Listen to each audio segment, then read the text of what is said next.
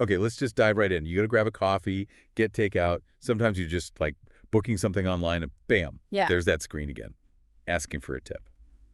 It feels like it's absolutely everywhere now. It really does. That whole feeling of tipflation, I think a lot of us are feeling it. And it's confusing. Like, what are the rules now?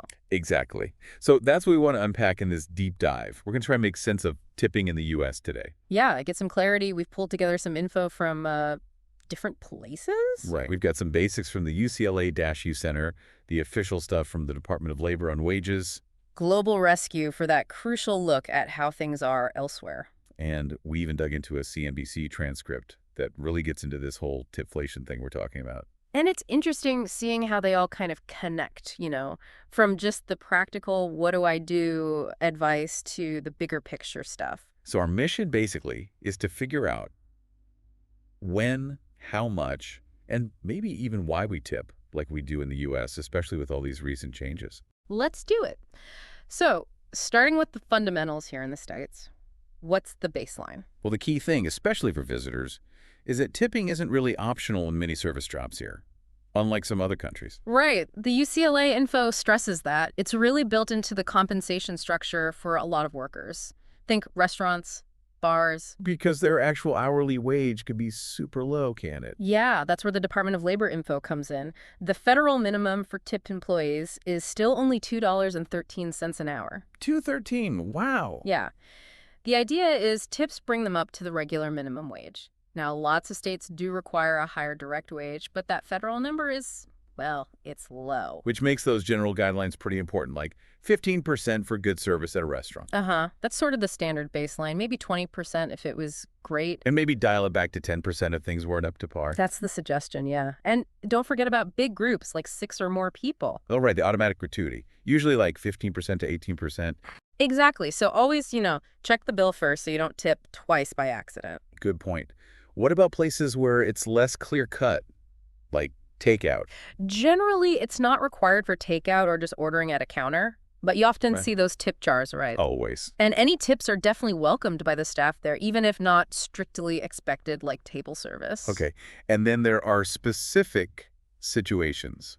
Bartenders. Usually $1 or $2 per drink. Maybe more if it's some fancy, complicated cocktail that took time. Makes sense. Food delivery? Somewhere in the $2 to $5 range seems common, depending on how big the order is. Hairdressers.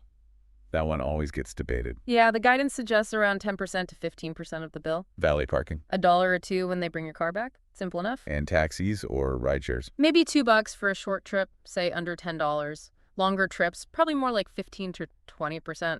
Maybe closer to 20% if they help with bags and stuff. Okay, so that covers the basics, but that leads us straight into this feeling you mentioned earlier, tipflation. Right. The sense that we're being asked to tip more often for more things and maybe even higher amounts.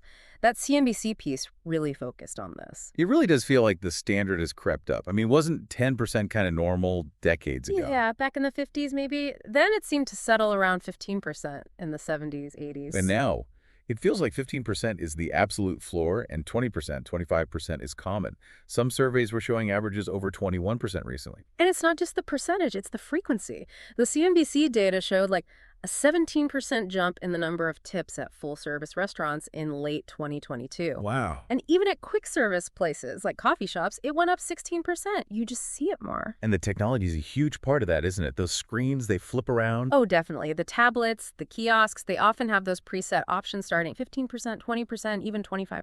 It absolutely creates this like social pressure. It's hard to hit no tip right in front of someone. Exactly. And it's moving beyond food service, too, like tipping prompts when you book a hotel room through an app. Yeah, I saw that. It feels like, are you tipping for the booking service? It gets blurry, that feeling of being guilted into it.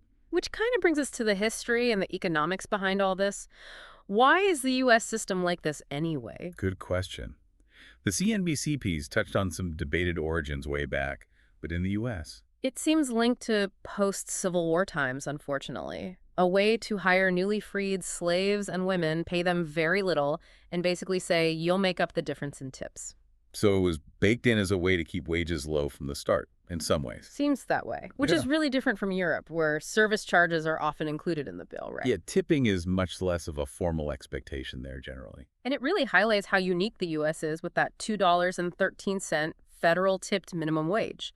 We're basically the only country that allows that exemption from the full minimum wage for tipped workers. So how are people, consumers, actually feeling about all this now? Well, the pandemic definitely saw a surge in generosity, right? People wanted to support essential workers, especially delivery drivers and such. Totally. I remember tipping more then.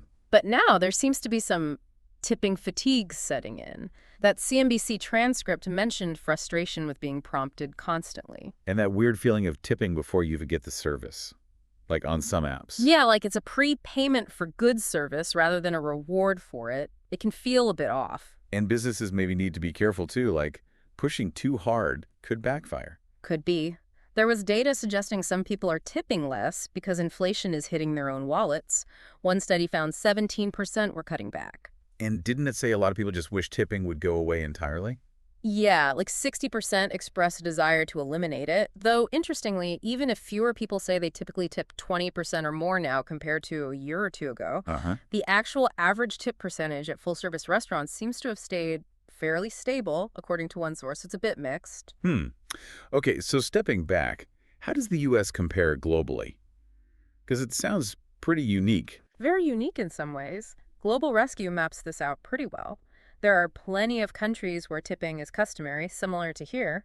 Mexico, Canada. UK, France, Australia too. Mm. Around that 15–20% mark. Often, yeah. But then there's a whole list of places where it's just not really a thing. Like where? Sweden, Norway, Iceland, South Korea, Finland, Japan, China.